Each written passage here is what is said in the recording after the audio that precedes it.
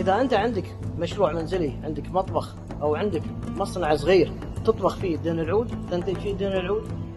طبعا في بعض الناس كلموني بهذا الخصوص، لقيت انه لما يصور لي هذا الجدر اللي هو عنده ما يكون عنده الملاس، ما يقدر يحرك الملاس، ما يقدر يحرك اساسا العود اللي موجود داخل الجدر. وهذا امر ترى اساسي يا جماعه الخير، اساسي جدا. خليني اقول لكم بعض الامور الاساسيه. ليش اساسا انا احرك وانت اساسا لازم تحرك علشان تفكك جزيئات العود، راح يتماسك كله في اثناء الطبخ وراح يتفحم يتيبس. واساسا اذا اساسا بيطلع لك دهن عود راح يطلع لك دهن عود ما تكون ريحته حلوه، انت راح تتاذى. العود هذا اللي خسرته لا تدخل نفسك بالمتاهه ابدا.